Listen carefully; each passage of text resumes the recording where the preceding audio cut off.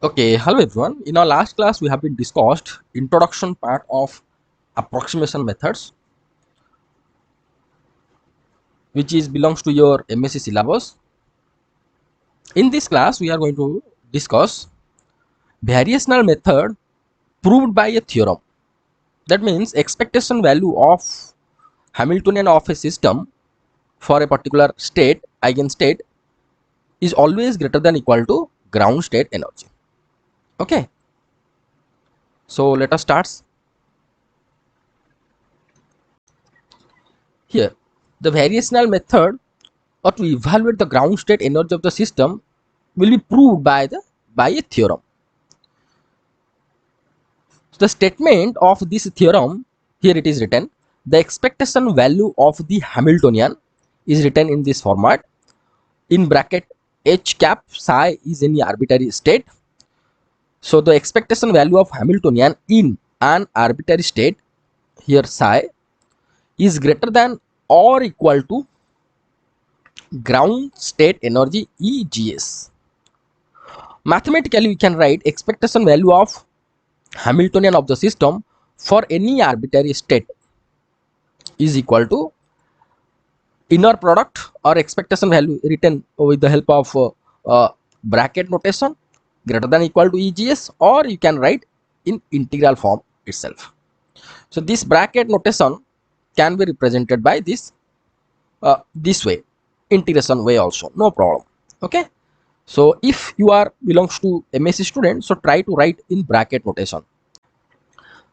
Here proof starts. To prove this theorem, first consider psi1, psi2, psi3 up to psi n are the complete set of non-degenerate normalized eigenstates. So here psi1, psi2, psi3 up to psi n are the normalized eigenstates and non-degenerate eigenstate of a Hamiltonian H cap, or you can write of a physical system. So of a physical system I written in bracket, such that all eigenstates are orthonormal. That means inner product of psi m psi n will be equal to delta mn. If m equal to n, then this value will be 1. M not equal to n will be, this value will be 0, that we know. That means these eigenstates are non-degenerate and follow the orthonormal condition. And most important, all eigenstates form a complete basis. So this is complete basis means, so suppose I consider one system. Here I am going to consider, suppose one dimensional infinite box.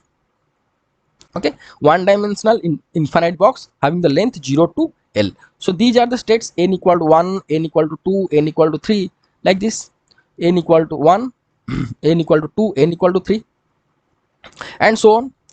Here we consider psi 1 to psi n. These states form a complete set. Complete set, here complete set means only psi 1, psi 2, psi 3 up to psi n are possible. There is no other state we are going to accept, like this psi n plus 1 not to be acceptable. Okay, here we considered a system having the states psi 1 to psi n which obey the orthonormal condition and form a complete set. And another property of complete set is nothing but, suppose here I'm going to give one example, three-dimensional vector. Suppose this is your x-axis, y-axis and z-axis. So any vector in 3D, any vector, suppose this vector is a, this vector a will be represented by I cap x, j cap y plus k cap z. So here I cap, j cap, k cap are the unit vectors along x-axis, y-axis, z-axis. So any vector in the 3D can be represented by unit vector into component. Unit vector into component. Z, here k cap, unit vector into component. Okay, so here I cap, j cap, k cap form a complete basis. Likewise, here psi 1, psi 2, psi 3 up to psi n form a complete basis. So any arbitrary state, so any arbitrary state in between psi 1 to psi n, suppose psi m in ej, any arbitrary state can be represented by superposition of these states only: psi 1, b psi 2, c psi 3 up to so on. up to this any coefficient into psi n, some coefficient cn psi n, like this. Suppose this is a1, a2, I'll write a2, this is a3, so obviously this will be an psi n. That means any state in between psi1 to psi n can be represented by superposition of other states. Okay, so only for that we can say that these states or vectors are the complete basis. And another condition should be satisfied, that all eigenstates satisfy eigenvalue equation for Hamiltonian operator H. That means H cap psi 1 will be give you E1 psi 1, H cap psi 2 will give you E2 psi 2. Here E1, E2, En are the eigenvalues corresponding states. So here eigenvalue equation state, I applied Hamiltonian on this state, I can found corresponding eigenvalue. Here H cap operated over psi n, we can found corresponding eigenvalue. So these are the eigenvalue equation, and the condition is that these states has to be satisfy the eigenvalue condition. Hence any arbitrary state, whatever I explained now, any arbitrary state or eigenstate or eigenfunction of the system can be written in term of the eigenstates by superposition principle. So any eigenstate, suppose psi we considered, can be represented. See here, any arbitrary state of the system can be written as. So suppose this is any arbitrary system or arbitrary state of this system can be represented by superposition of these vectors or these eigenstates or eigenfunctions. So superposition, according to superposition, it will be written as Cn psi n. So psi will be written as C1 psi 1, C2 psi 2, C3 psi 3 up to Cn psi n. Okay. Corresponding bra vector or complex conjugate, if psi vector will be represented by this one, its complex conjugate or bra vector will be represented by this one, is equal to summation over n Cn star. This is the Kate vector and this will be represented by bra vector. Or if I am going to represent in addition format, it will be represented as C1 star bra vector of psi 1 bra vector, C2 star psi 2 bra vector up to Cn star psi n bra vector or eigenstate. Okay, now the expectation value of Hamiltonian in the state psi is what is represented by this one, or I told that it can be represented by like this, psi star h cap psi in integration format, right? In integration format it can be represented like this. Okay,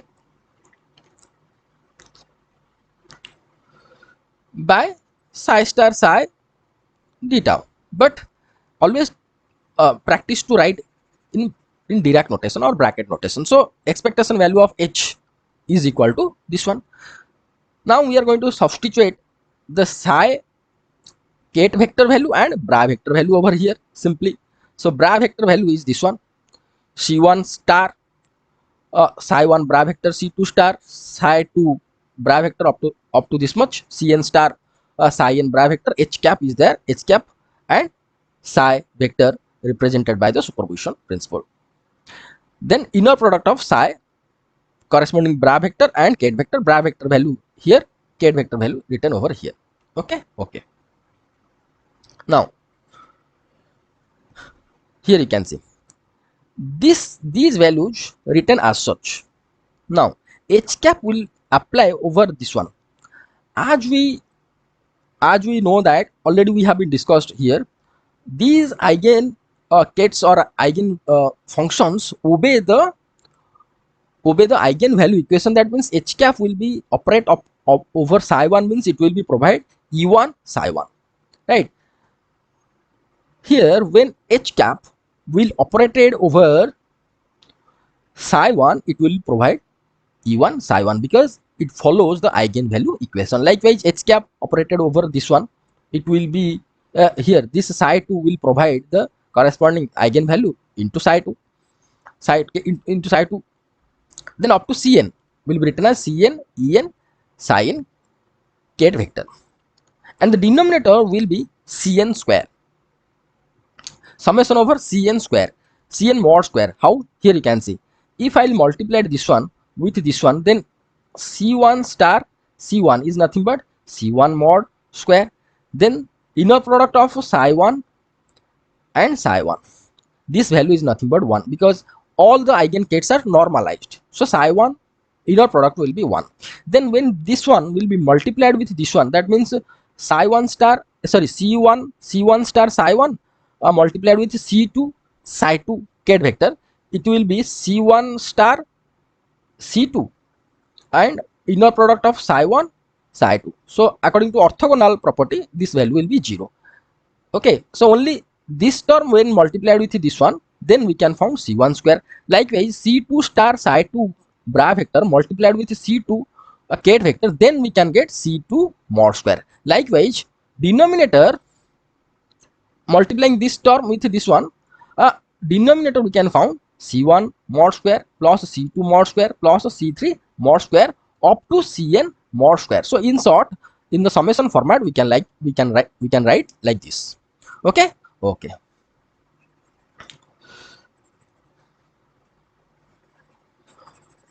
Now here, now consider the numerator. Here C1 star psi1 bra vector multiplied with this one. What will be the value? C1 star C1 mod square, E1 is there, and inner product of psi1 will be 1. Like that, when C1 this term will be multiplied with this term, the value will be 0 because the inner product of psi1 psi2 will 0 because they follows the uh, orthogonal property. That means psi1 inner product of the psi2, obviously it will be 0. Here I written all the eigenstates follow the orthonormal. Eigenstates are orthonormal. Orthonormal means always follow m equal to n, the value will be 1, otherwise is 0. M not equal to n, the value will be 0. So this inner product will be 0. So on by multiplying this term with this one, only we can found these terms C1 mod square E1, C2 mod square E2 up to Cn mod square En, and the denominator will written as such over here. That implies the expectation value of Hamiltonian will be equal to, this can be written in the form of summation form, summation over n Cn square En by Cn, summation over Cn square. Let this is your equation number 2. Let Gs is the ground state of the system. Subtracting Gs from equation number 3, we get, so here you just subtract ground state energy value, left hand side and right hand side also. Expectation value of Hamiltonian minus G EGS, here right hand side minus EGS. Okay. Okay.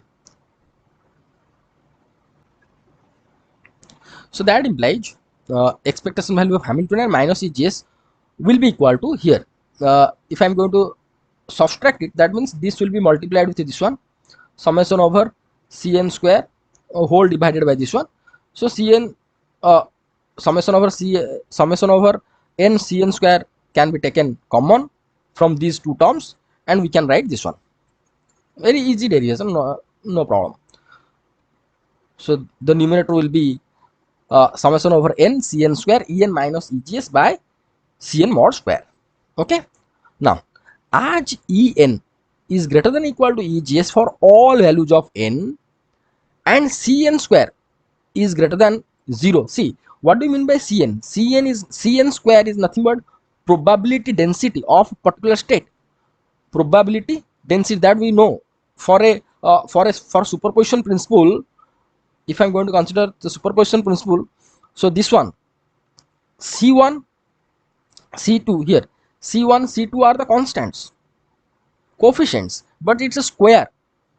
It's a square like this. C1 C1 star or C1 mod square is represents the probability density of the state psi 1.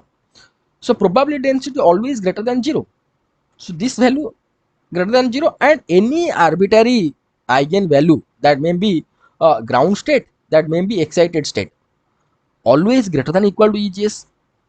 So here the left hand side value, here you can see left hand side value, this one will be greater than equal to 0. Why? Because this value is greater than equal to 0, and En is any higher state than the ground state, then this subtraction is always greater than equal to 0, and this value also greater than equal to 0. So this left hand side value will be greater than equal to 0, or we can write expectation value of Hamiltonian greater than equal to EGS, hence proved. Okay, so here, or we can write here expectation value of Hamiltonian for a eigenstate or eigenvalue of corresponding eigenstate, also we can write expectation value of Hamiltonian is nothing but eigenvalue, we can get the eigenvalue for a particular eigenstate, is nothing but eigenvalue of that eigenstate. So expectation value of Hamiltonian of eigenstate also can be written as, and like this way, greater than equal to EGS. EGS nothing but ground state energy. Here E psi is the upper limit or bound to ground state energy, that is the true value of ground state energy. EGS always less than E psi.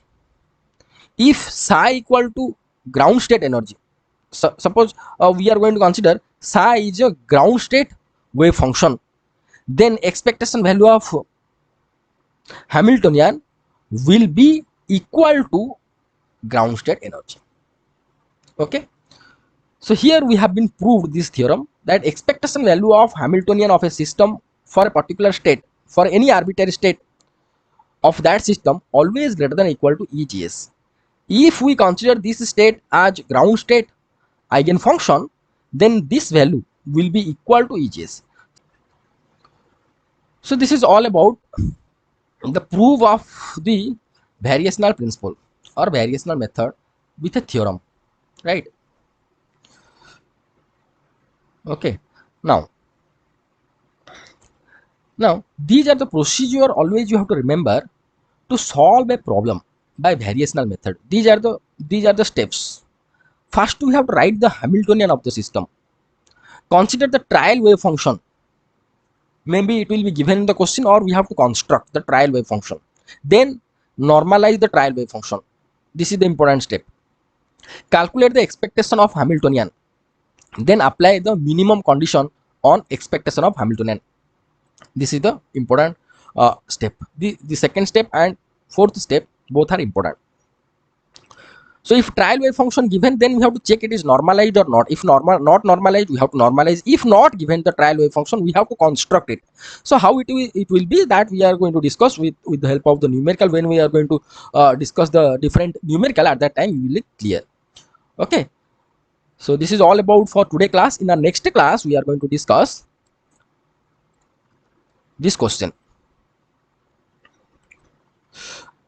Use the variational principle to evaluate the ground state energy of 1D linear harmonic oscillator using trial wave function psi equal to c to the minus ax square, where a is a parameter, c is a normalization constant.